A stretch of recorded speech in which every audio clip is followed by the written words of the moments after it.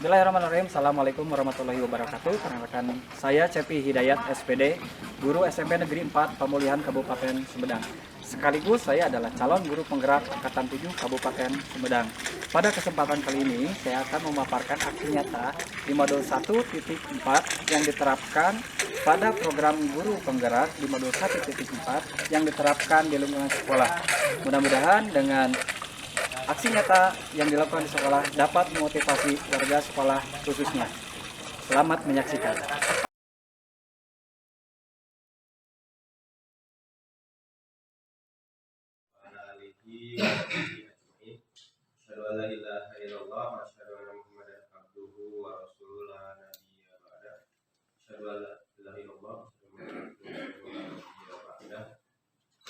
Rabbi sadri wa yassir li amri wa hlul 'uqdatam min lisani yafqahu qawli. Pertama, marilah kita panjatkan puji dan syukur kehadirat Allah Subhanahu wa taala bahwasanya kita pada hari ini bisa berkumpul dalam rangka acara diseminasi modul 1.4 budaya positif pendidikan guru penggerak angkatan 7 tahun 2023. Pada hari ini berkesempatan Bapak Cepi Hidayat SPD selaku CGP akan memaparkan tentang modul 1.4 budaya positif. Salawat serta salam semua tetap tercurah limpah kepada junjungan kita semua Habibana wa Nabiyyana Muhammad sallallahu alaihi wasallam, keluarganya juga kepada sahabatnya dan tentunya kepada kita semua. Amin ya Allah ya Rabbal alamin. Ibu bapak guru yang saya hormati, pada hari ini alhamdulillah kita bisa berkumpul. Adapun acara yang akan terselenggara, yang pertama itu pembukaan, yang kedua informasi sekaligus sambutan dari Bapak Kepala Sekolah, lalu yang ketiga diseminasi secara langsung modul 1.4 budaya positif oleh Bapak Cepi Hidayat SPD, lalu selanjutnya tanya jawab dan lalu doa dan tutup. Maka dari itu marilah kita buka acara ini dengan bacaan basmalah bersama-sama.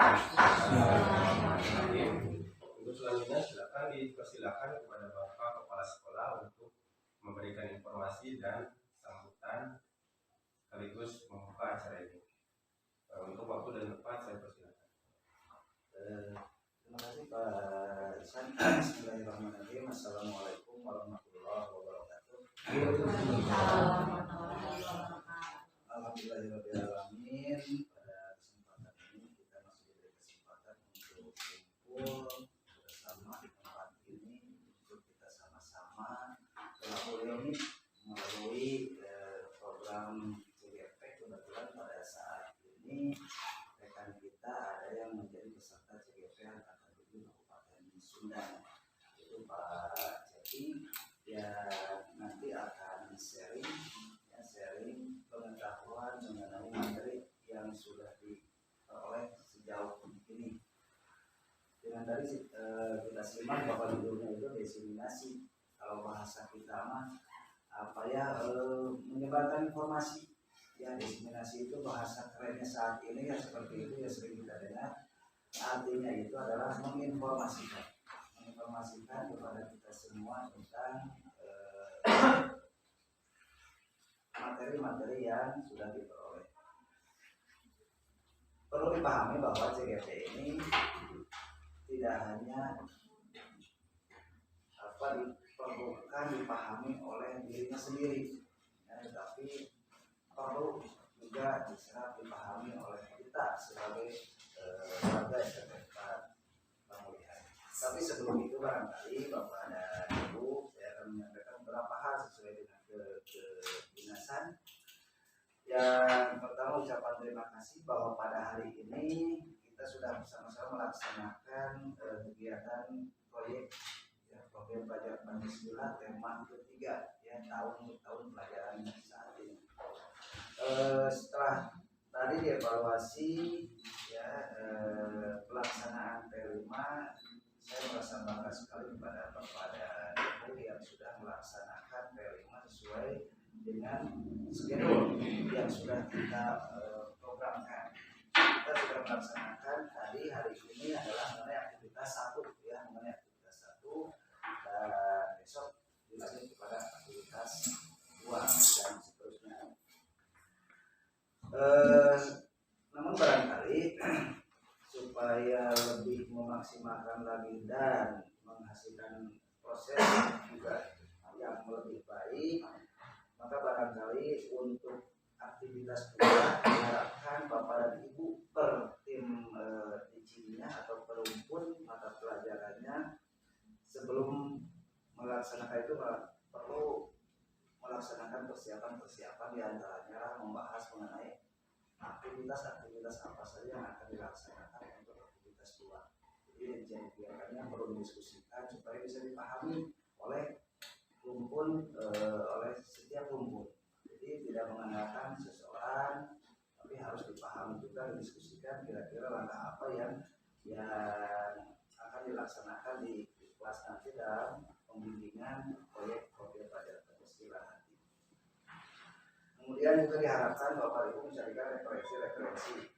Kita sudah menyediakan tadi linknya, terus atau video yang sudah disediakan sebagai referensi, dan tidak hanya cukup itu, diharapkan referensi-referensi dicari lagi oleh Bapak dan Ibu ya, supaya lebih bervariasi dan lebih diharapkan lagi nanti pada saat proses maupun hasilnya nanti bahwa proyek ketiga ini diharapkan lebih bervariatif ya, dari setiap rumpun itu lebih bervariatif, muncul kreativitas semuanya dan dari setiap, jangan seragam diusahakan dan seragam, jadi setiap rumpun itu pasti mempunyai kreasi yang berbeda. Itu yang diharapkan.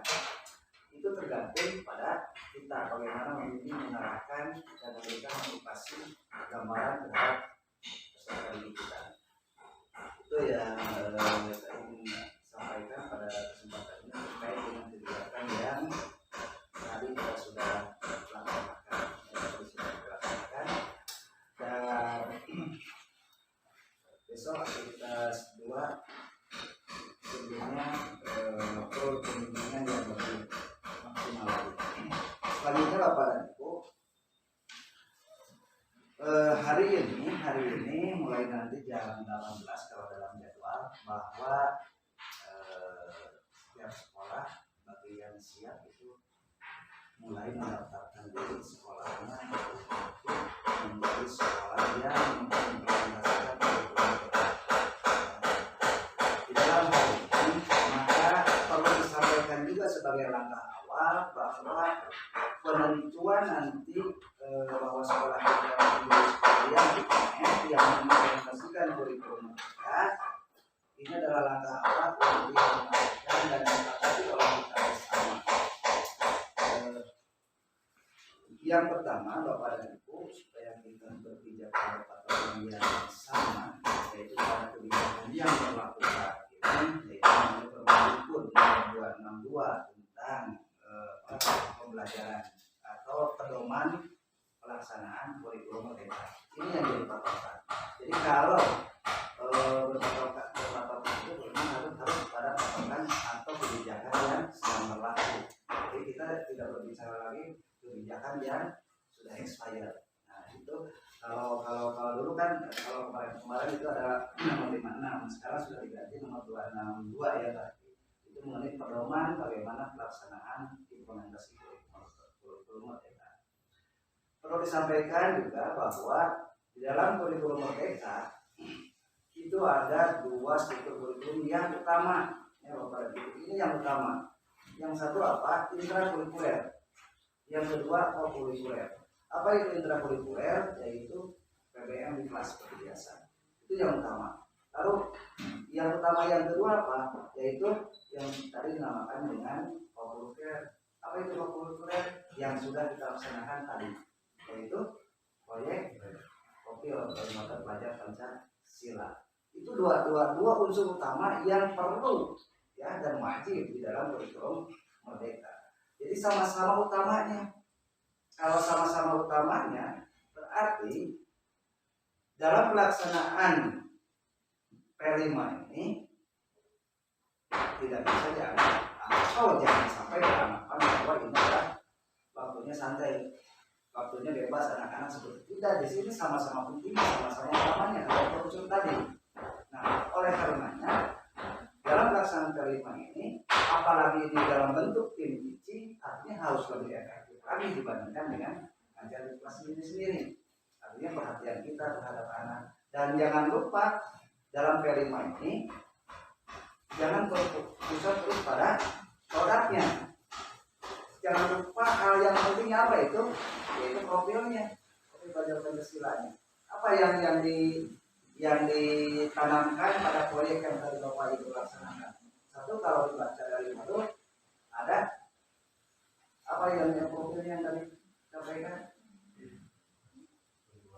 beriman gitu ya, bertakwa kepada Tuhan Yang Maha Esa, itu yang ada di aktivitas satu. Apa di sananya dirincikan lagi dalam sub elemennya gitu kan, yang dalam sub elemennya supaya ditanamkan dalam proses tadi apa yang dalam rumus satu itu misalkan tadi menghargai apa, jaga lingkungan kita dan manusia yang seperti itu ya.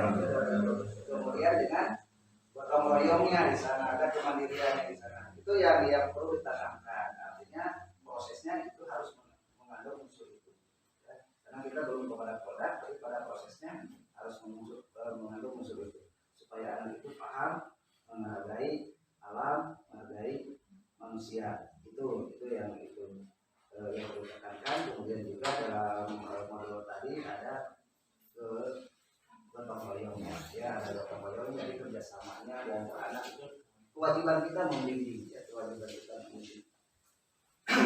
Itu dalam kurikulum mereka. Jadi ada dua utama.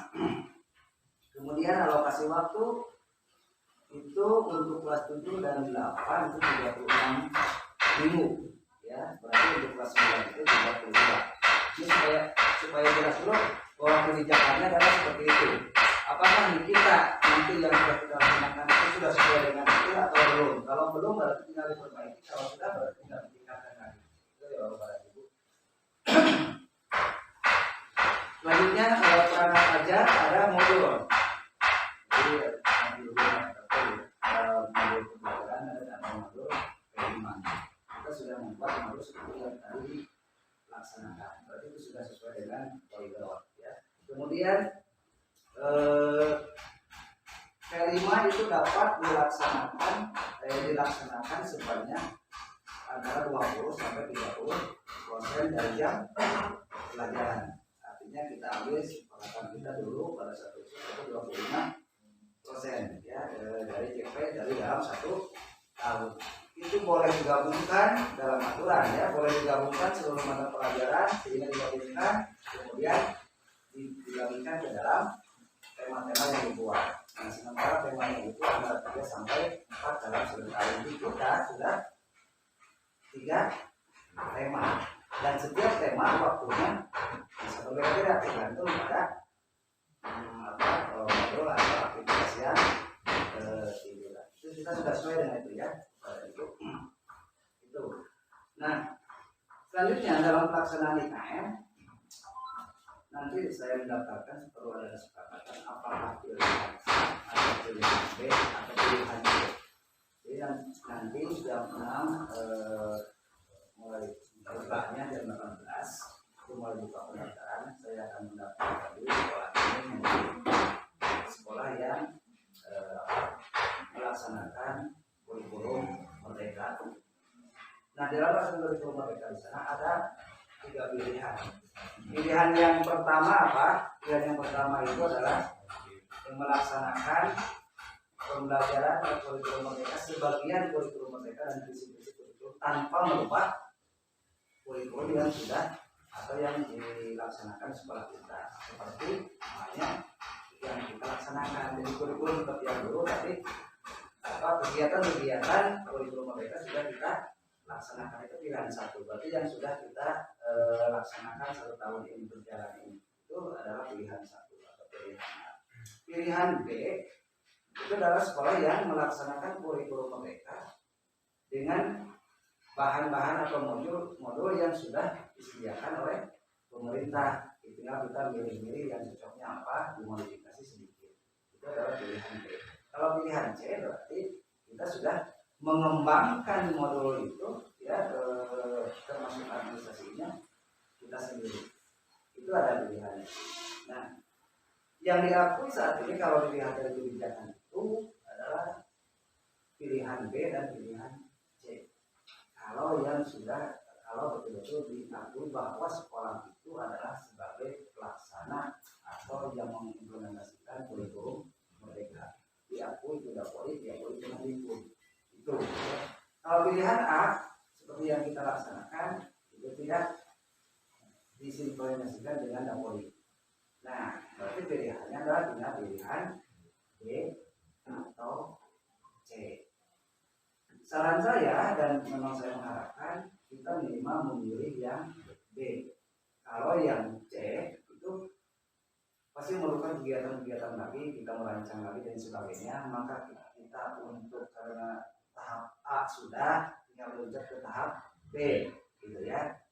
Kalau setuju memang kita pilih tahap B. Setuju kalau pada Ibu?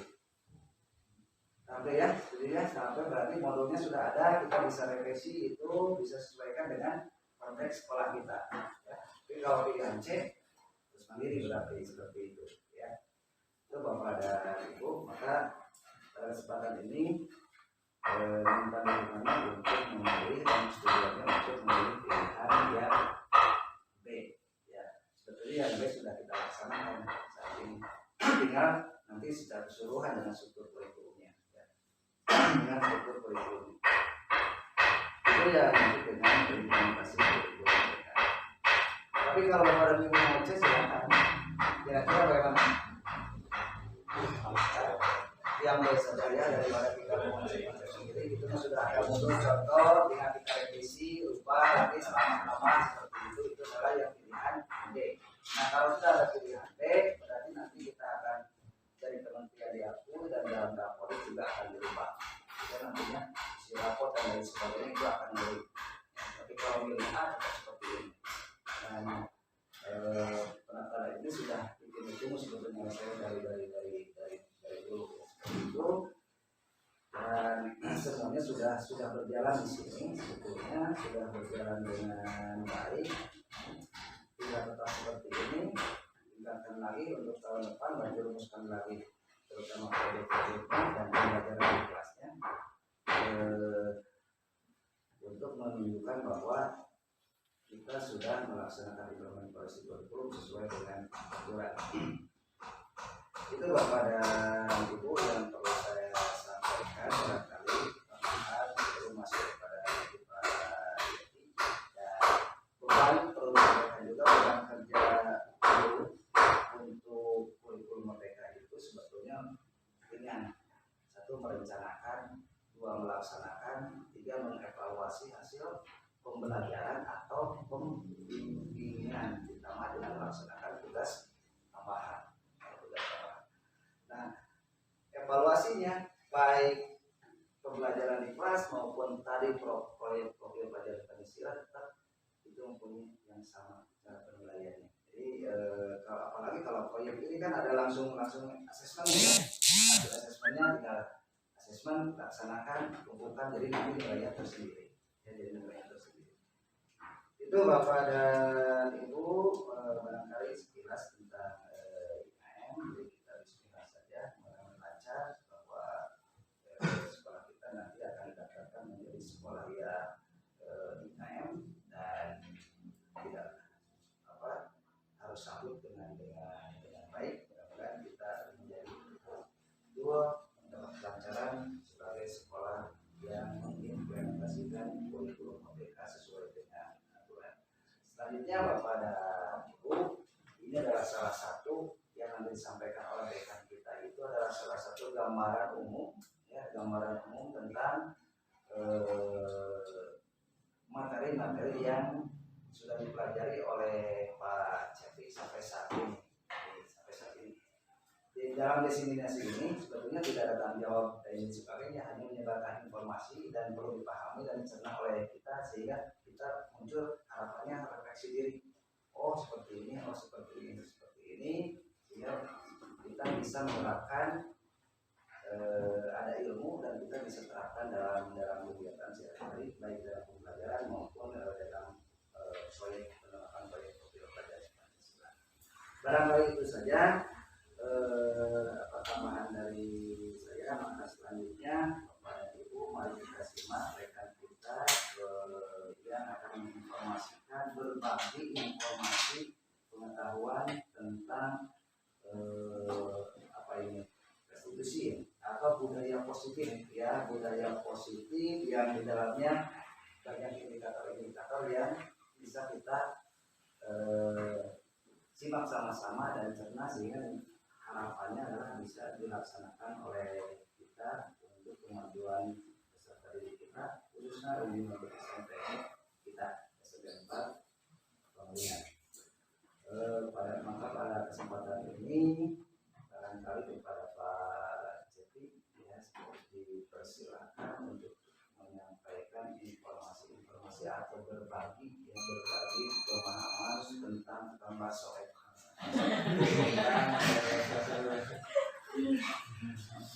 budaya positif yang mari kita simak dan bisa nanti diskusikan. Barangkali itu saja.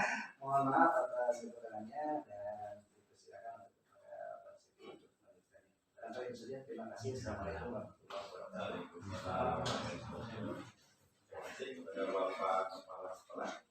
Informasi terkait UKM sangat penting sekali, Pak. Untuk selanjutnya kita langsung saja pada diseminasi modul 1.4 budaya positif pendidikan guru penggerak angkatan 7 tahun 2023, dan hari ini Bapak Cepi Hidayat SPD akan langsung menjelaskan. Kepada Bapak Cepi Hidayat SPD, waktu dan tempat.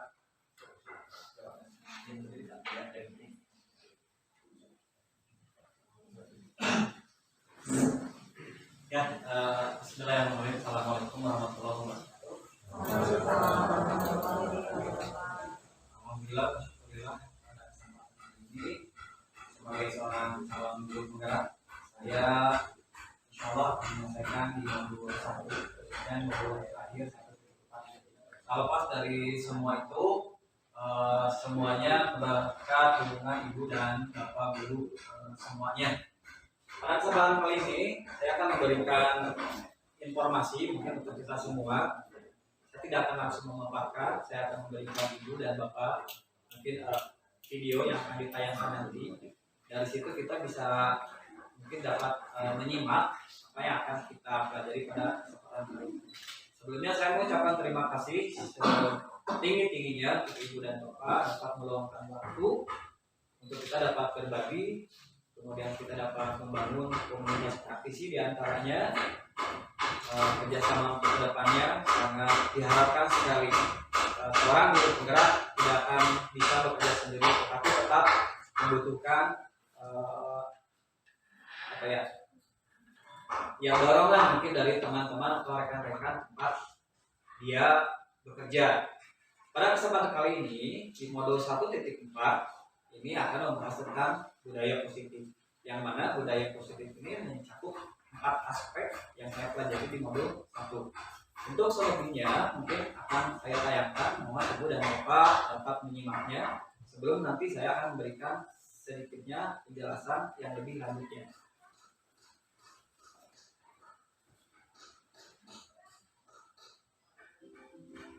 Assalamualaikum warahmatullahi wabarakatuh.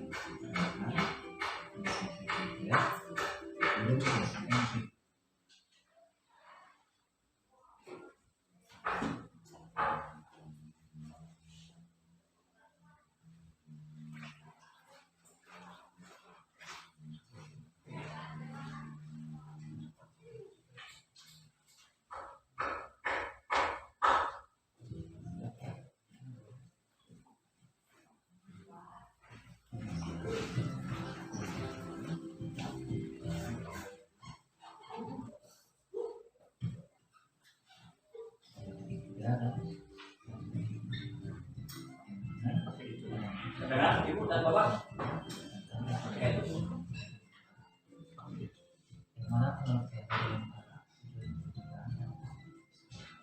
Oke, dari modul ini, dari yang pertama itu saya mempelajari tentang filosofi Gajah Dewantara. Kemudian apa yang saya pelajari dari modul 1.1 diantaranya adalah yang pertama adalah bahwa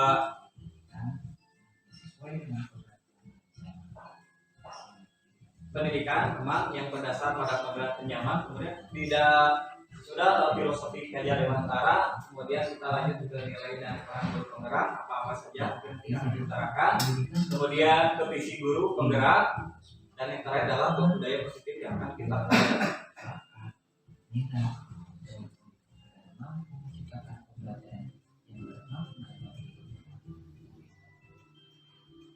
Kemudian dinilai dan harus memiliki dan mampu menjalankan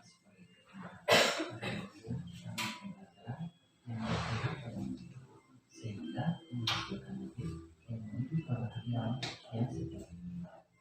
Nilai dari itu diantara yang pertama mandiri, efektif, inovatif, kolaboratif,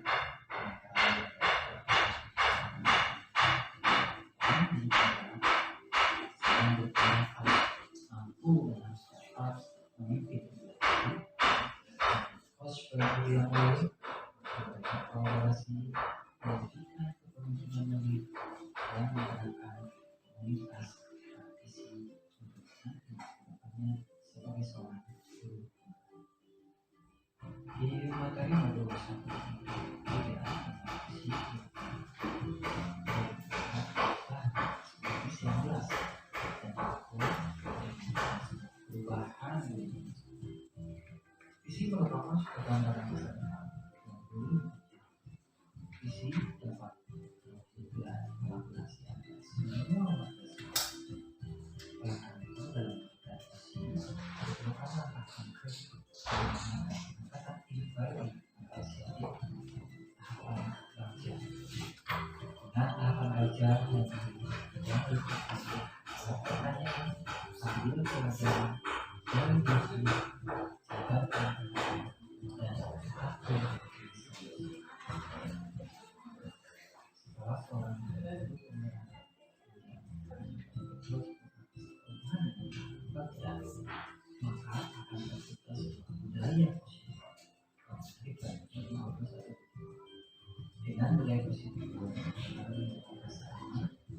dan nyaman pada diri dalam proses pembelajaran.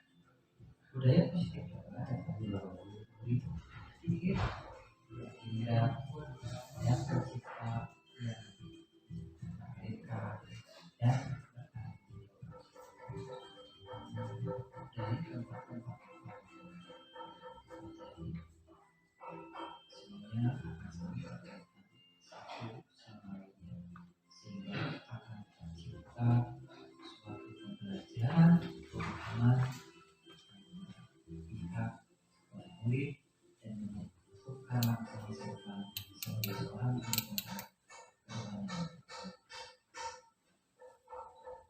Sejauh mana pemahaman saya mengenai yang saya pelajari yaitu tentang inisiatif positif, kontrol, motivasi, mengenai penghargaan, posisi kontrol guru, dasar manusia, keyakinan kelas, dan juga eksekusi. Maka hal-hal yang dan dilakukan yang pertama adalah pendidikan positif.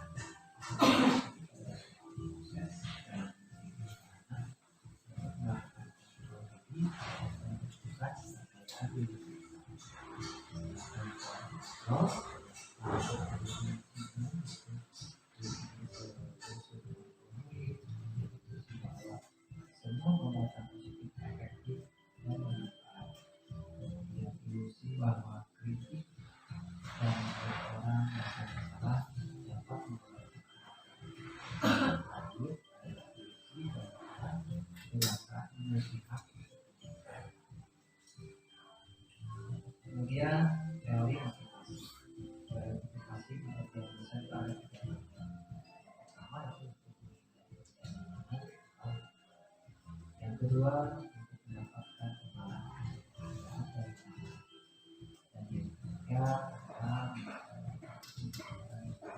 dan menghargai diri sendiri dan dari yang sangat sedangkan hukuman dan penghargaan pada tiga aspek hubungan konsekuensi dan pada pelaksanaan konstitusi dan kemudian saya mengetahui tentang posisi dan terus sebagai pemilik teman membuat bersalah sebagai seorang teman memantau dan yang terakhir adalah sedangkan kebutuhan dasar manusia terdiri dari aspek pertama itu keselamatan dan kerasan diri, kemanusiaan, kebebasan, dan yang terakhir kesenangan.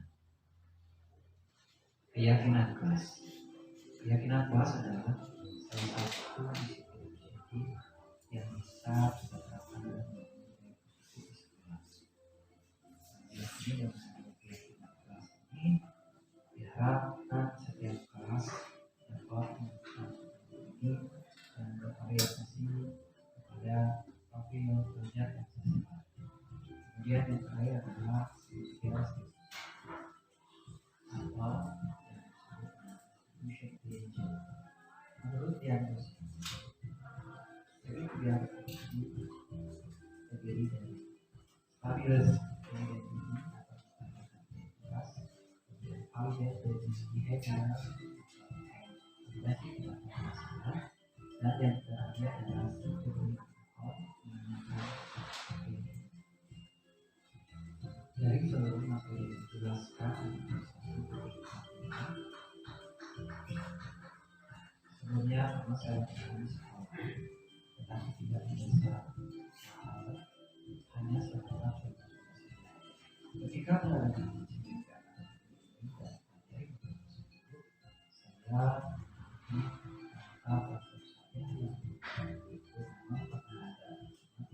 istilah tersebut jadi berupa sertifikat ketika saya menjelajah atau ekspor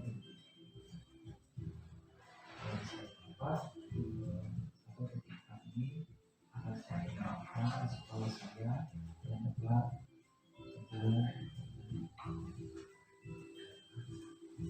Kemudian program ini seperti saya sangat konsisten dalam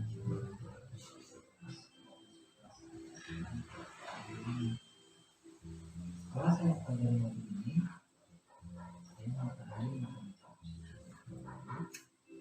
manajer, dimana posisi manajer adalah posisi kontrol ideal bagi suami.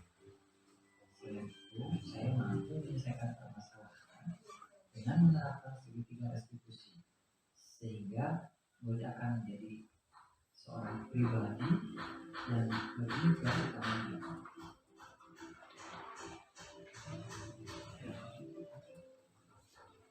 Seperti apakah yang pernah saya alami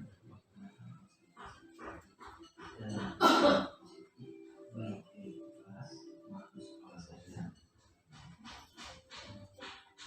dalam posisi kami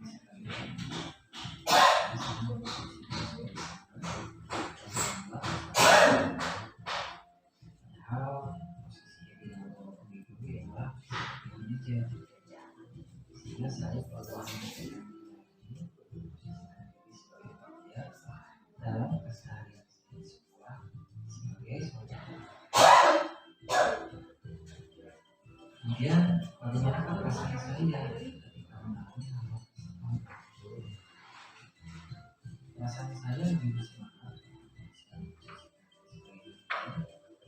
dan menerapkan institusi dalam permasalahan yang terjadi di sekolah. Karena dengan hal tersebut sejatinya aku telah memiliki rasa tanggung jawab pada diri untuk menemukan solusi dari permasalahan yang dihadapi dan kemudian akan muncul kesadaran intuisi pada diri sendiri. Menurut saya terkait pengalaman dalam usaha tersebut apa saja yang sudah baik dan apakah ada yang perlu diperbaiki. Hal baik yang sudah ada yang sedang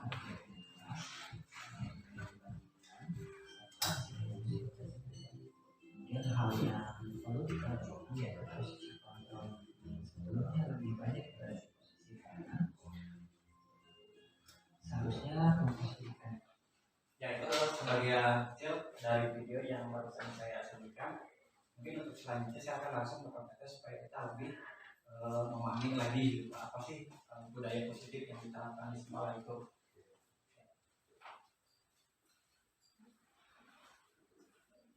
Dari awal pesan.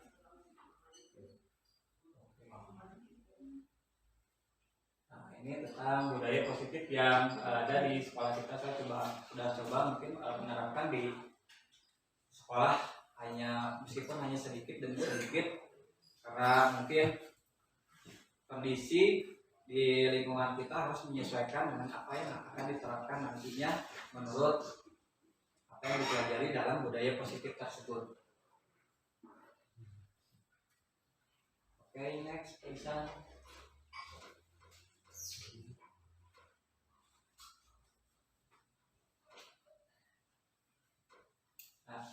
Untuk agenda hari ini yaitu tentang disiplin positif. Barusan kita sudah mempelajari, kemudian teori kontrol, kemudian teori motivasi, hukuman dan penghargaan, posisi kontrol guru, kebutuhan dasar manusia, keyakinan kelas, dan yang terakhir adalah segitiga restitusi. Pada modul ini CGP disuguhkan beberapa materi pendukung untuk membangun dan meningkatkan budaya positif di sekolah sesuai dengan filosofi pendidikan Ki Dewantara, yaitu pendidikan yang berpihak pada murid. Di sini kita akan belajar bagaimana peran seorang pemimpin pada sebuah institusi dalam menggerakkan dan memotivasi warga sekolah agar memiliki yang pertama itu meyakini, kemudian menerapkan visi atau nilai-nilai kebijakan yang disepakati. Boleh di-next, Pak Isa? Nah, ini disiplin positif. Nah, kita akan coba praktek ya untuk disiplin positif. Ibu dan Bapak duduknya sudah berpasangan, bagi yang belum berpasangan silakan mencari pasangannya. Budina boleh geser ke sebelah sini mungkin. Kita akan praktek sedikit untuk Ibu dan Bapak. Mungkin yang sebelah kiri saya genggam tangan yang kanan, yang sebelah kiri saya, oke. Kemudian Ibu atau Bapak yang sebelah kanan ya, yang sebelah kanan mungkin anggaplah Ibu atau Bapak itu menggenggam sesuatu yang berharga. Kemudian yang sebelah kiri itu berusaha mencoba untuk membukanya. Boleh kita praktekkan. Ibu sekuat tenaga atau Bapak sekuat tenaga harus mempertahankan, usahakan jangan sampai terbuka. Anggaplah ada sesuatu berharga di tangan Ibu atau Bapak. Boleh kita praktekkan. Itu masih dibuka kok Pak Isa. Silakan coba diketemankan, kemudian coba dibuka genggamannya. Ya, Abah sama Pak. Oke, coba dibuka. Meskipun kalau Ibu ya boleh menggelitik, boleh memakai rayuan, Ibu atau mungkin dapat ada paksaan. Ya, mungkin ini uang boleh silakan. Ya, anggaplah itu mempertahankan sesuatu, ada barang berharga ya. Bapak pegang. Sudah? Ada yang terbuka atau tidak? Tidak. Kenapa? Kenapa? Kan dipertahankan. Coba kita prakteknya di depan Bu Siti sama Pak Yoga, boleh ke depan. Tadi yang menggenggam tangannya Pak Yoga, seharusnya Bu Siti ya. Nggak mau. Boleh silakan ke depan. Ya, silakan bayangkan yang pertama, Bu Siti harus sebisa mungkin merayu atau boleh membujuk, mengiming-imingi sesuatu agar dapat terbuka. Tapi Pak Yoga harus punya prinsip sendiri. Bisa? Silakan Bu, dicoba. Tidak bisa.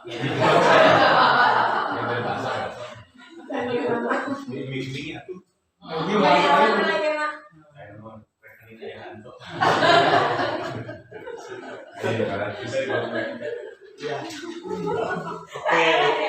Ya, terima kasih. Ya, terima kasih. Apakah genggaman tangannya baru terbuka atau tidak? Tidak. Alasan Pak Yoga kenapa? Sekuat tenaga. Ya, meskipun berharga buat saya. Meskipun itu ada iming-iming di belakangnya. Betul. Kalau Bu Siti bagaimana? Sebenarnya saya mengiming-imingi mungkin di sana uangnya ada 50.000, saya iming-imingi 100.000 masih terbuka.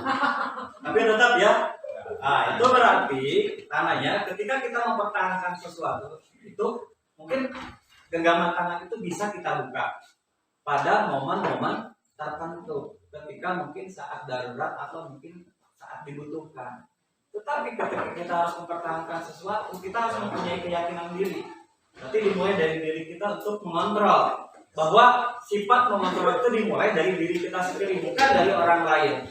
Dan orang lain tidak berhak untuk mengontrol diri kita sendiri sebelum kita dapat mengontrol diri kita sendiri. Jadi akan ada keterbukaan nantinya. Nah, ilusi guru mengontrol murid yang barusan kita anggap saja. Bolehkah guru mengontrol murid? Menurut ibu bapak boleh tidak? Boleh. Nanti jawabannya akan ada. Kemudian ilusi bahwa semua penguatan positif efektif dan bermanfaat itu penting di sekolah nggak? Penting. Kemudian ilusi bahwa semua penguatan positif efektif akan bermanfaat untuk sekolah atau tidak? Akan bermanfaat atau tidak? Bermanfaat. Ilusi bahwa kritik dan membuat merasa bersalah dapat menguatkan karakter. Betul atau tidak? Betul. Yang terakhir, ilusi bahwa orang dewasa memiliki hak untuk memaksa. Betul atau tidak? Menurut ibu bapak betul tidak bahwa orang dewasa itu memiliki hak untuk memaksa? Lihat konteks, lihat konteks dari situasi. Tidak betul, melihat situasi dan konteks yang dilakukan pada saat atau pada waktu itu. Oke, boleh di next bisa. Nah, tujuan dari disiplin positif sendiri adalah menanamkan motivasi yang ketiga pada murid-murid kita, yaitu untuk menjadi orang yang mereka inginkan dan menghargai diri sendiri dengan nilai-nilai yang mereka percaya. Ketika murid-murid kita memiliki motivasi tersebut, maka mereka telah memiliki motivasi intrinsik atau di dalamnya yang berdampak jangka panjang. Motivasi yang tidak akan terpengaruh pada adanya hukuman atau hadiah. Mereka akan tetap berperilaku baik dan berlandaskan nilai-nilai kebajikan karena mereka ingin menjadi orang yang menjunjung tinggi nilai-nilai yang mereka hargai atau mencapai suatu tujuan mulia. Nah, dari disiplin positif ini kadang mungkin saya juga baru mengetahui ketika di CGP bahwa reward itu dikategorikannya itu tidak boleh dilakukan. Kenapa reward tidak boleh dilakukan? Karena ketika ada reward, maka seseorang itu akan mengharapkan itu bagaimanapun caranya. Kemudian orang atau anak yang tidak mendapat reward, dia akan memiliki perasaan yang berbeda dengan orang yang memiliki reward. Sehingga ketika ada di kelas juara 1 contohnya, dia dapat reward dari gurunya. Sedangkan yang tidak menjadi juara 1, dia tidak dapat reward dari gurunya. Maka itu akan ada kecemburuan sosial yang berdampak pada perkembangan siswa ketika melakukan proses belajar mengajar di sekolah. Itu tidak boleh kalau yang saya pelajari ketika mempelajari tentang budaya positif itu yang diterapkan di sekolah. Boleh saya next. Kemudian ini makna disiplin. Menurut Ki Hajar Dewantara, pemikiran positif keteladanan, sikap merdeka serta terima, pertanggungjawaban atau Good dari zip itulah selalu menjadi sisihannya hak atau kewajiban dari seseorang yang pegang kekuasaan atau pimpinan dalam umumnya. Adapun artinya tidak lain ialah orang yang tadi harus mempertanggungjawabkan dirinya serta tertib laku diri dari segala hak dan kewajibannya.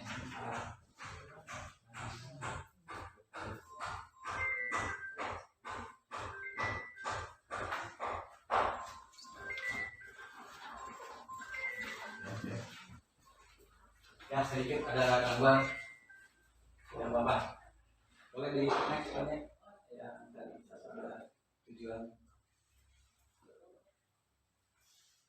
Oke, ini ada stimulus kemudian ada respon. Untuk stimulusnya realitas kebutuhan kita sama, realitas kebutuhan kita berbeda. Kemudian stimulus, semua orang melihat hal yang sama, setiap orang memiliki gambaran yang berbeda. Kita mencoba mengubah orang agar berpandangan sama dengan kita. Tapi di respon kita berusaha memahami pandangan orang lain dengan dunia. Kemudian perilaku buruk dilihat sebagai suatu kesalahan. Semua perilaku pasti memiliki tujuan. Jadi kita tidak langsung menjudge bahwa itu memang salah, pasti ada tujuan di balik itu. Kemudian orang lain bisa mengontrol saya. Hanya Anda yang bisa mengontrol diri sendiri untuk responnya. Kemudian di stimulus saya bisa mengontrol orang lain, Anda tidak bisa mengontrol orang lain. Pemaksaan ada pada saat bujukan gagal. Kolaborasi dan konsensus menciptakan pilihan-pilihan baru. Dan yang terakhir adalah model berpikir menang atau kalah. Tapi untuk responnya itu adalah model berpikir menang dan menang. Nah ini jarang sekali kita temui di sekolah. Kita meskipun kadang-kala ada yang pernah menanamkan ini, tapi kita tidak tahu apa sih itu artinya atau mungkin istilah baru untuk sekarang. Lagi next ya.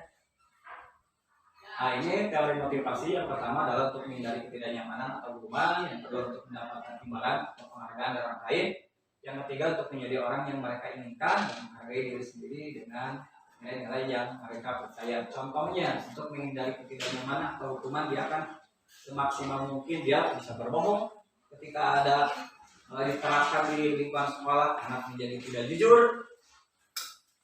Kemudian untuk mendapatkan imbalan atau penghargaan dari orang lain, dia akan berusaha semaksimal mungkin agar dapat perhatian dari orang lain. Yang tadi itu berujung pada reward.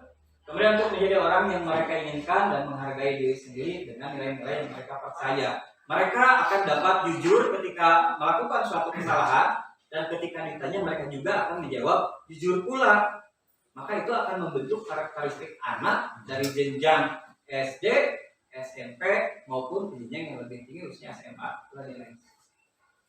Kemudian perbedaan hukuman, konsekuensi, dan restitusi. Ini adalah tabel yang saya pelajari kemarin, meskipun belum 100% saya menguasainya, mungkin ada sedikit yang bisa saya bahas. Yang pertama adalah identitas gagal dan identitas sukses. Untuk hukuman, contohnya sesuatu yang menyakitkan harus terjadi. Konsekuensinya, sesuatu harus terjadi. Kemudian di restitusinya, restitusi merupakan suatu pilihan. Tidak nyaman untuk murid anak untuk jangka waktu yang panjang ketika anak merasa tidak nyaman.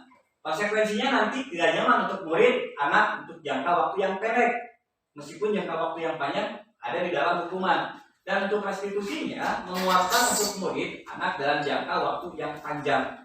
Jadi kita tidak di sekolah itu masih ada sistem-sistem hukuman yang memang diterapkan. Contohnya ketika di dalam kelas belum lama ini saya sebelum mempelajari ini ada contohnya. Kalau kalian tidak mengerjakan PR, kalian tidak akan dapat nilai. Kalau kalian tidak mengerjakan tugas, pokoknya jangan hubungi ibu lagi atau bapak lagi. Saya nggak mau kalau nggak ngumpulin tugas. Nah itu adalah salah satu bentuk hukuman yang memang sifatnya memaksa kepada anak. Karena anak dituntut untuk bisa bagaimanapun caranya tanpa memahami terlebih dahulu. Kemudian ada identitas gagal, identitas sukses. Yang tabel yang kedua, yang pertama adalah hukuman dengan mode paksaan. Pokoknya kamu harus mengerjakan PR. Ibu atau bapak nggak mau tahu. Konsekuensinya stimulus atau respon nantinya ke dianya. Dan restitusinya adalah kita harus menggunakan teori kontrol yang akan dibahas nanti. Boleh Pak next. Kemudian dihukum oleh penghargaan. Saat kita berulang kali menyajikan hadiah kepada anak-anak agar berperilaku bertanggung jawab, atau kepada seseorang murid agar mempelajari sesuatu yang baru, atau kepada seorang karyawan agar melakukan pekerjaan yang berkualitas, kita sedang berasumsi mereka tidak dapat melakukannya atau mereka tidak akan memilih untuk melakukannya. Nah, ini dihukum oleh penghargaan, karena kadang-kala penghargaan itu ada press. Taruhlah ada seorang contoh dari kelas 7, kelas 8, anak itu selalu menjadi ranking yang pertama. Tetapi ketika di kelas 9, anak itu mempunyai problem-problem sendiri. Sehingga kadang-kala ada press dari orang tua, masa kamu nggak bisa menjadi juara kelas selama 3 tahun di sekolah tersebut. Itu akan ada press baliknya untuk anak. Jadi anak akan tertekan, jarang berkomunikasi dengan orang lain. Dia akan lebih berdiam diri karena harus mempertahankan sesuatu yang sifatnya berharga untuk dia, tanpa memikirkan apa yang akan terjadi ketika dia nanti tidak menjadi juara kelas di sekolahnya. Boleh nih, next question.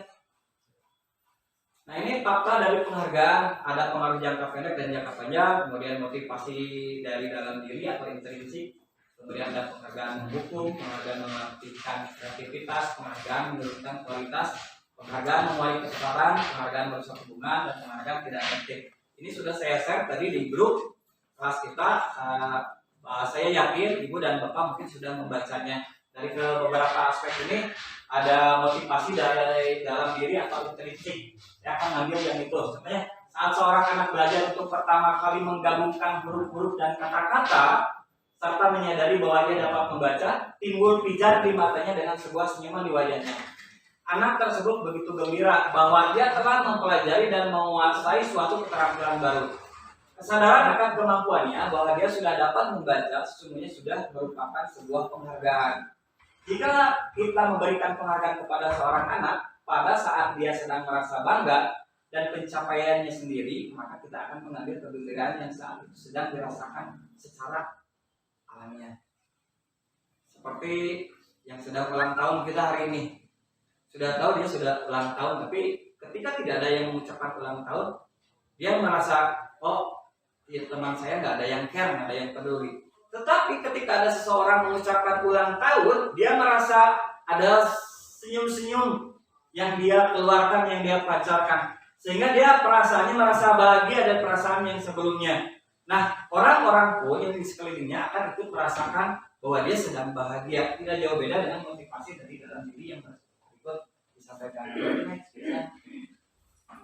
Kebutuhan dasar manusia itu ada 5 ya. Yang pertama adalah penguasaan, kasih sayang dan rasa yang terima, kemudian kesenangan dan kebebasan. Untuk kebutuhan bertahan hidup itu adalah kebutuhan yang bersifat fisiologis. Untuk bertahan hidup misalnya kesehatan, rumah, dan makan. Kebutuhan biologis sebagai bagian dari proses reproduksi termasuk kebutuhan untuk tetap bertahan hidup. Komponen psikologis pada kebutuhan ini meliputi kebutuhan akan perasaan aman. Tapi kebutuhan bertahan hidup diantaranya adalah berkembang biak kalau pada binatang. Kalau pada manusia itu disebutnya apa ya? Apa? Kalau pada makhluk hidup atau binatang itu berkembang biak. Kalau pada manusia biasanya disebutnya apa? Bereproduksi. Berarti untuk menghasilkan suatu keturunan kan? Maka dia harus menikah. Dia harus mempunyai keturunan. Bakat-bakatnya pun yang dari orang tua itu akan diturunkan ke anaknya dan akan terlihat nantinya. Kemudian kasih sayang dan rasa diterima, kebutuhan untuk diterima. Kebutuhan ini dan 3 kebutuhan berikutnya adalah kebutuhan psikologis. Apa contohnya kebutuhan psikologis? Ya, kebutuhan psikologis. Perlu tidak? Perlu. Untuk orang yang berumah tangga, mungkin kebutuhan psikologis adalah hal yang utama, betul? Betul. Betul. Kenapa? Ya, karena di sana tempat berbaginya rasa kasih sayang, kemudian saling memahami satu sama lainnya, sehingga akan timbul perasaan-perasaan yang lainnya yang memang tadinya belum diketahui sama sekali. Kesenangan, kebutuhan untuk merasa senang, kebutuhan akan kesenangan adalah kebutuhan untuk mencari kesenangan, bermain dan tertawa. Bayangkan hidup tanpa nikmatan apapun betapa menyedihkan. Jadi guys, menghubungkan kebutuhan akan kesenangan dengan belajar. Jadi belajar itu misalkan siswa itu menjadi senang ketika di dalam kelas. Bagaimana itu? Ya, kembali lagi ke diri kita. Karena untuk budaya positif dimulai dari diri kita sendiri. Kemudian kebebasan atau kebutuhan akan pilihan. Kebutuhan akan kemandirian, otonomi, memiliki pilihan dan mampu mengendalikan arah hidup seseorang. Anak-anak dengan kebutuhan kebebasan yang tinggi menginginkan pilihan, mereka perlu banyak bergerak, suka mencoba-coba, tidak terlalu terpengaruh orang lain dan senang mencoba hal-hal baru dan menarik. Itulah anak-anak untuk SD dan SMP. Kemudian yang terakhir adalah penguasaan kebutuhan perempuan itu atas kemampuan. Kebutuhan ini berhubungan dengan kekuatan untuk mencapai sesuatu, menjadi kompeten, menjadi terampil, ya prestasinya dan keterampilan didengarkan dan memiliki rasa harga diri. Saya membahas sedikit yang tadi di-share ya. Boleh Pak Isan di next. Kemudian untuk posisi kontrol ada kontrol negatif, ada posisi penghukum dan ada posisi pembuat merasa bersalah. Jadi ketika kita menghadapi siswa, jadi seorang penghukum bisa menggunakan hukum fisik maupun verbal. Kemudian orang-orang yang menjalankan posisi penghukum senantiasa mengatakan bahwa sekolah memerlukan sistem atau alat yang dapat lebih menekan murid-murid lebih dalam lagi. Ini pernah terjadi di sekolah kita kemarin ya. Sebelum saya mempelajari ini ternyata saya menyadari bahwa semua yang dilakukan itu adalah salah. Kemudian pembuat merasa bersalah pada posisi ini biasanya guru akan bersuara lebih lembut. Pembuat rasa bersalah akan menggunakan keheningan yang membuat orang lain merasa tidak nyaman, bersalah atau rendah diri. Jadi pembuat merasa bersalah itu apa ya? Suaranya akan lemah lembut, tapi dia akan tertuju kepada memang ketika ada masalah di dalam kelasnya. Dengan catatan anak tuh merasa tidak nyaman sebetulnya ketika guru itu berbicara, apalagi ketika ribut kemudian dibahas suatu masalah tersebut, anak langsung diam karena guru itu posisinya sebagai pembuat merasa bersalah. Kemudian yang berikutnya adalah posisi kontrol sebagai teman, kemudian ada sebagai pemantau. Di sini ada guru yang memang berposisi sebagai teman. Pada posisi ini tidak akan menyakiti murid, namun akan tetap berupaya mengontrol murid melalui translasi. Posisi teman pada guru bisa negatif ataupun positif. Positif di sini berupa hubungan baik yang terjalin antara guru dan murid. Guru di posisi teman menggunakan hubungan baik dan humor untuk mempengaruhi seseorang. Kadang-kadang guru itu ada yang memang bersifat sebagai teman dengan siswanya. Jadi bagaimana dia, contohnya, Pak, Bu mau pinjam charger, terus sama gurunya itu diberikan, emang kamu di rumah nggak punya charger sampai charge di sekolah. Nah itu posisi guru sebagai teman. Kemudian ada guru sebagai posisi kontrol pemantau. Memantau berarti mengawasi. Pada saat kita mengawasi, kita bertanggung jawab atas perilaku orang-orang yang kita awasi. Posisi pemantau berdasarkan pada peraturan-peraturan dan konsekuensi, namanya ada di sekolah. Dengan menggunakan sanksi, konsekuensi, kita dapat memisahkan hubungan pribadi kita dan murid sebagai seorang yang menjalankan posisi pemantau. Boleh dinaik tulisan. Dan yang ini adalah yang terakhir. Ini adalah posisi yang favorit yang memang dianjurkan oleh pemerintah, yaitu posisi kontrol sebagai manajer. Dari kelima posisi kontrol yang tadi, ini adalah posisi yang paling ideal yang memang bisa diterapkan di depan sekolah. Posisi terakhir, manajer, adalah posisi di mana guru berbuat sesuatu bersama dengan murid, mempersilahkan murid mempertanggungjawabkan perilakunya, mendukung murid agar dapat menemukan solusi atas permasalahannya sendiri. Seorang manajer telah memiliki keterampilan di posisi teman maupun pemantau, dan dengan demikian bisa jadi di waktu-waktu tertentu kembali kepada kedua posisi tersebut bila diperlukan. Namun bila kita menginginkan murid-murid kita menjadi manusia yang merdeka, mandiri dan bertanggung jawab, maka kita perlu mengacu kepada restitusi yang dapat menjadikan murid kita seorang manajer bagi dirinya sendiri. Jadi kita harus membentuk bahwa tidak hanya kita yang menjadi manajer, tapi siswa juga harus dapat memanajer dirinya sendiri. Di sini penekanan bukan pada kemampuan berbuat konsekuensi, namun dapat berkolaborasi dengan murid bagaimana memperbaiki kesalahan yang ada. Nanti akan diperlihatkan sampelnya. Boleh di next. Boleh ini di next, tadi kita sudah dicoba. Boleh di next lagi. Next. Nah, ini untuk keyakinan kelas. Dalam disiplin positif kita akan mempelajari tentang segitiga restitusi, di antaranya adalah keyakinan kelas. Saya sudah coba di kelas membuat beberapa keyakinan kelas yang memang dibuat pada siswa secara online. Jadi saya tidak mengarahkan untuk di lingkungan sekolah karena mereka takutnya tidak bebas mungkin. Untuk keyakinan kelas ini saya menyuruh anak-anak untuk melakukan secara online agar mereka dapat mengekspresikan apa yang akan mereka tulis sebagai bentuk keyakinan kelasnya.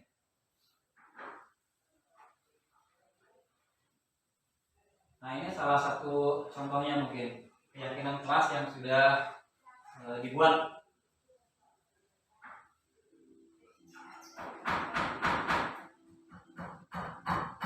Oke, kemudian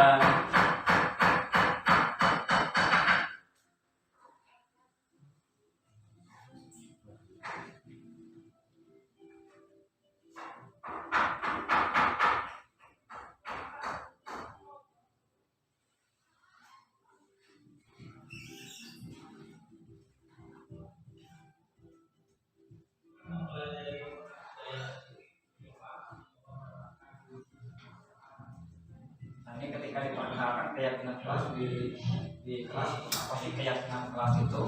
Jadi kita merubah manage dari peraturan menjadi suatu keyakinan yang dibuat di dalam kelas tersebut.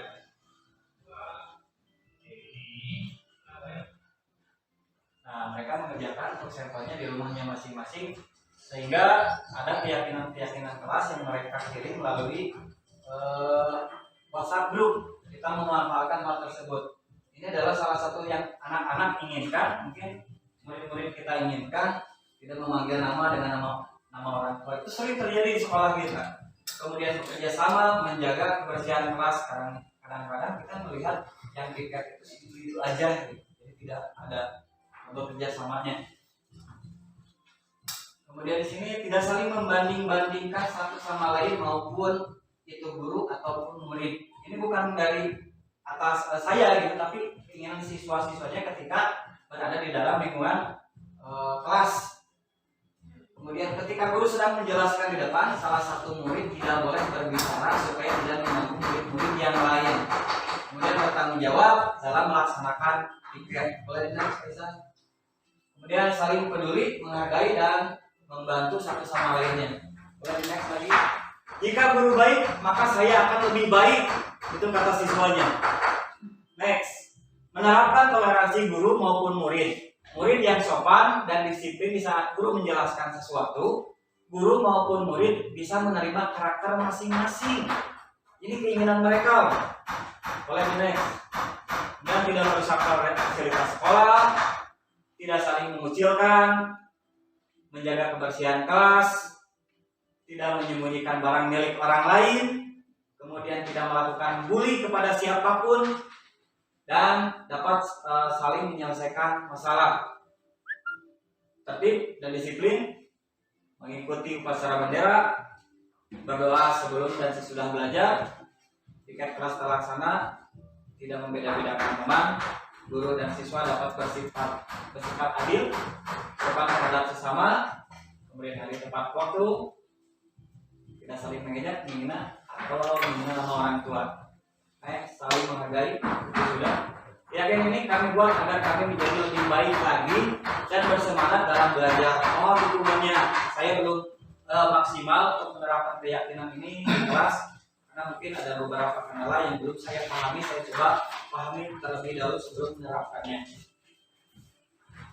Ada salah satu video yang memang pernah kita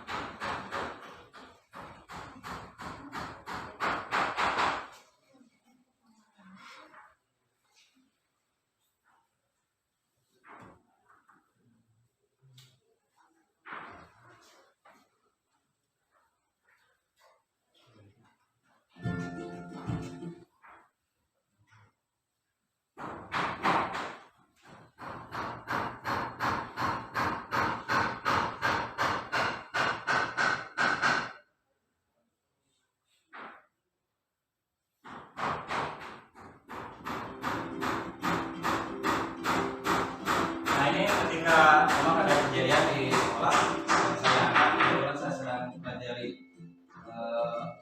keyakinan kelas. Jadi alhamdulillah materi dengan apa yang ada di lapangan itu sedikit nyambung gitu. Nah, ini segitiga situasi mustabil identitas, koordinasi dengan salah dan menanyakan keyakinan.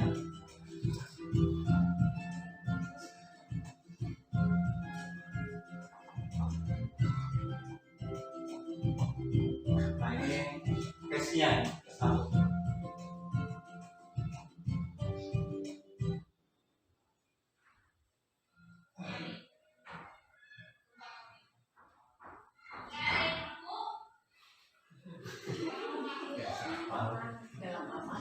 Ibu atau Bapak sambil membayangkan guru ini sedang berada di posisi kontrol yang mana dari yang kelima tadi?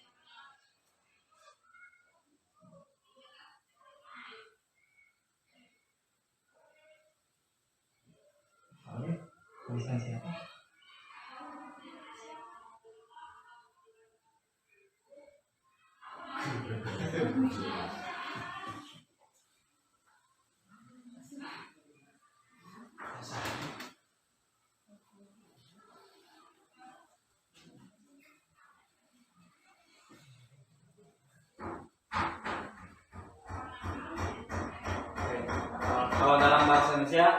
kalau nggak ada yang mengaku, gimana itu?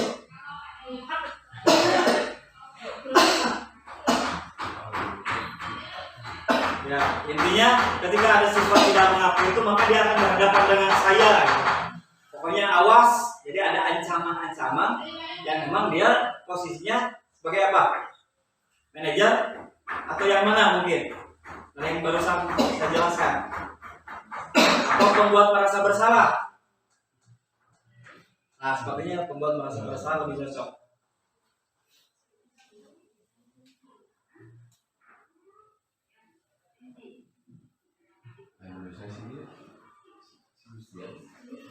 Ya.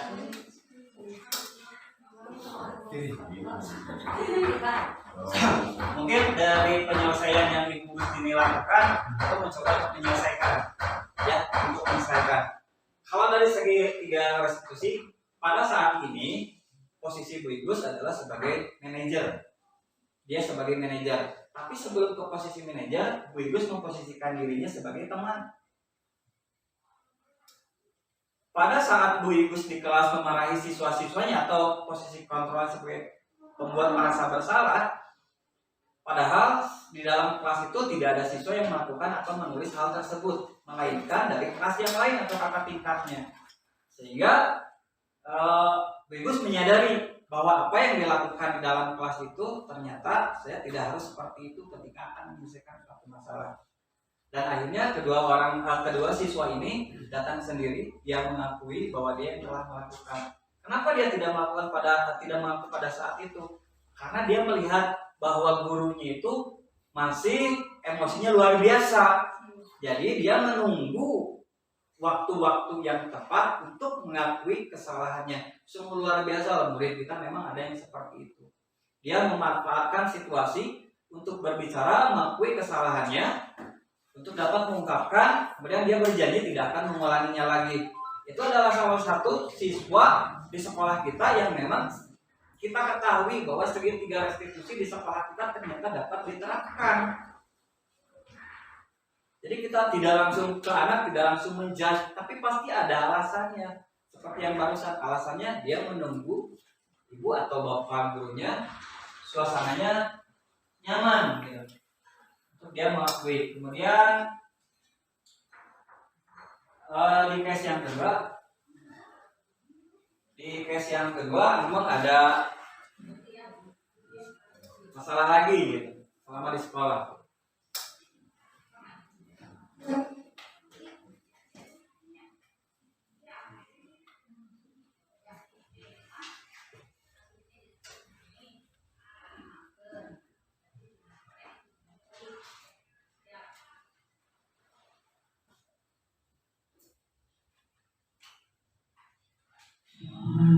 Yang kedua adalah pembulian.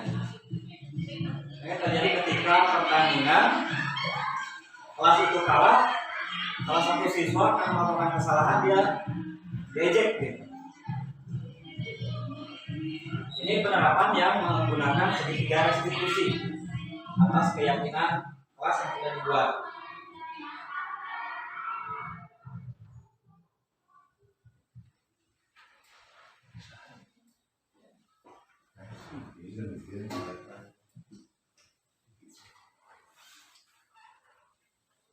Ya, ketika proses itu yang satu tuh tidak banyak bicara karena dia tahu kalau dia tuh merasa salah, tidak semaksimal mungkin. Ini penerapan yang dilakukan karena di kelas 8B sudah mulai mungkin mencoba untuk menerapkan dari keyakinan kelas yang dibuat.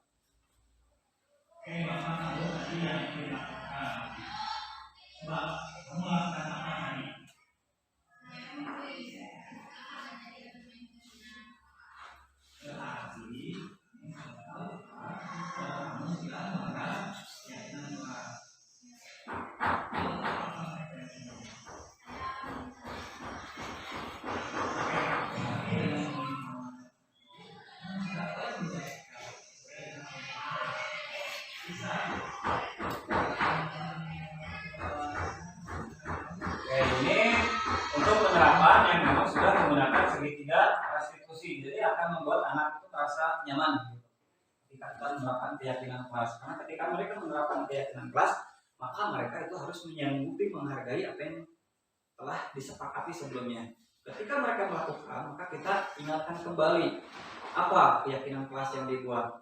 Maka ketika dia melanggar suatu keyakinan kelas yang dilanggarnya, dia harus meminta maaf dan mengakui kesalahannya. Oke, boleh di next.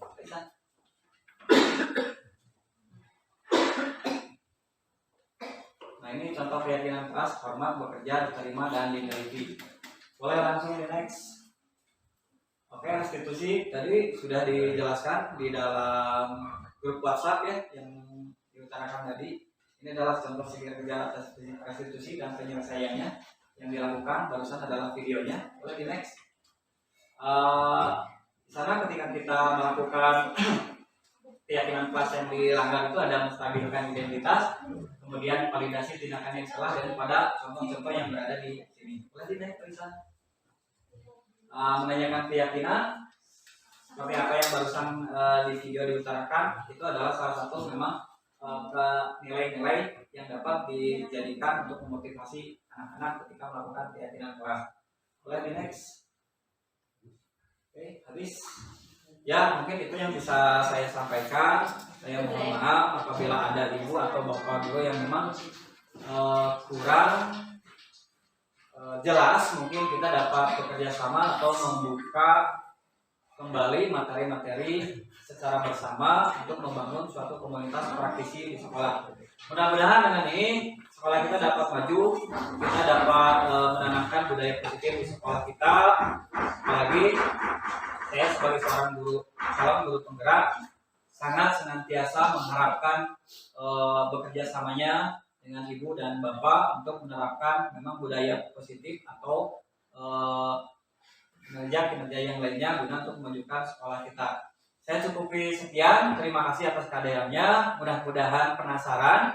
Billahi taufiq wal hidayah. Wassalamualaikum warahmatullahi wabarakatuh. Waalaikumsalam warahmatullahi wabarakatuh.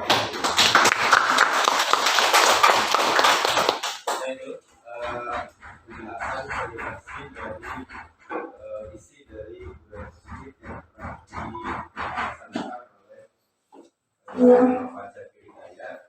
Itu jelas sekali ya Bapak. Apabila ada yang mau menambahkan, kalau ada. Untuk kita tidak ada pertanyaan ya Bapak. Mungkin di sini kita bisa mengambil kesimpulannya bahwa di sekolah kita harus menerapkan budaya positif.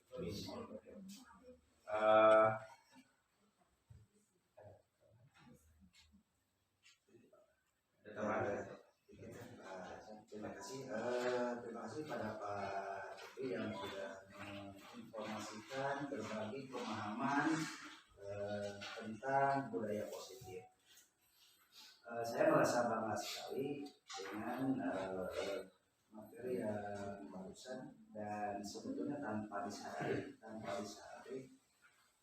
perubahan positif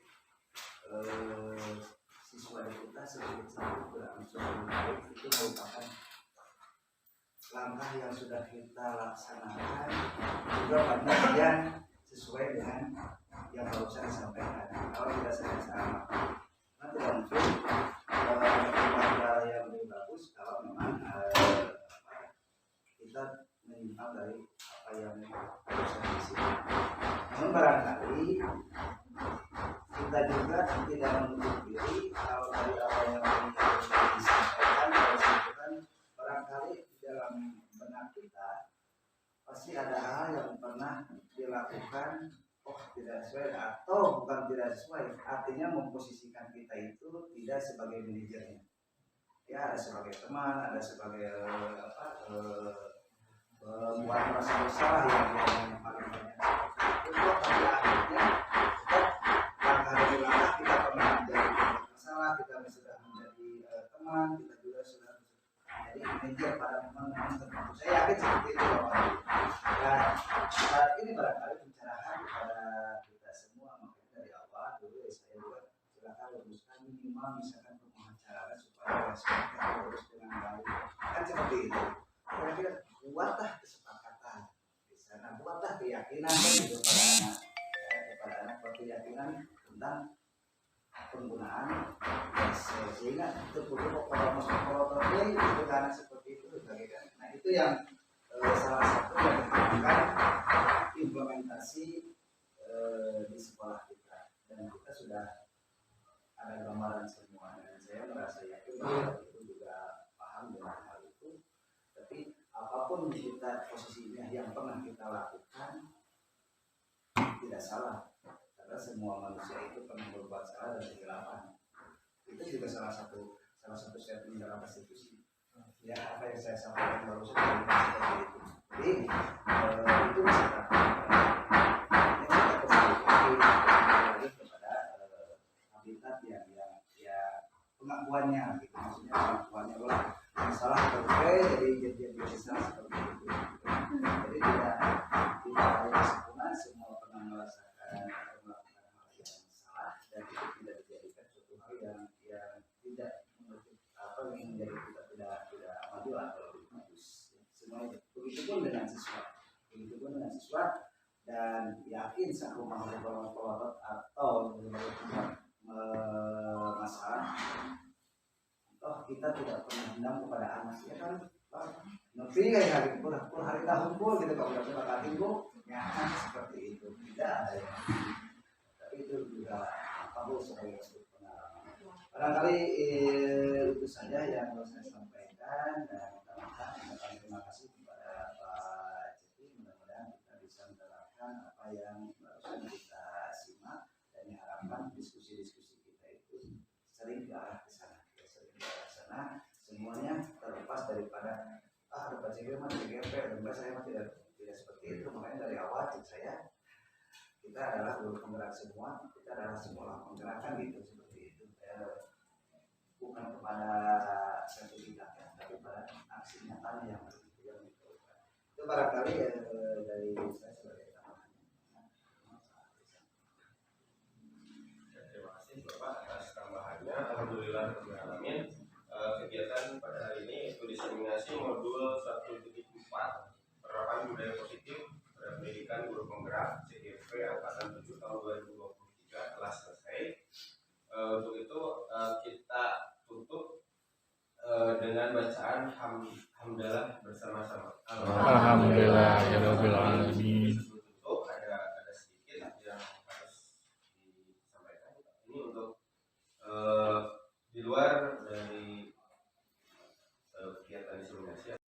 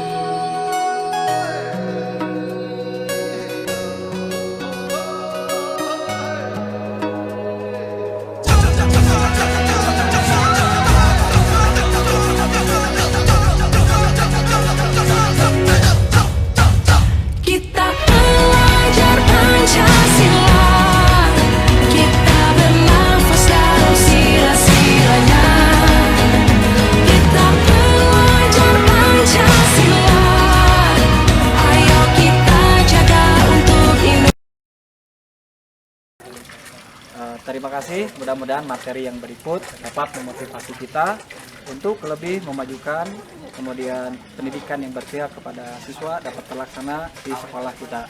Terima kasih. Billahi taufiq wal hidayah. Assalamualaikum warahmatullahi wabarakatuh. Bergerak, tergerak, dan menggerakkan.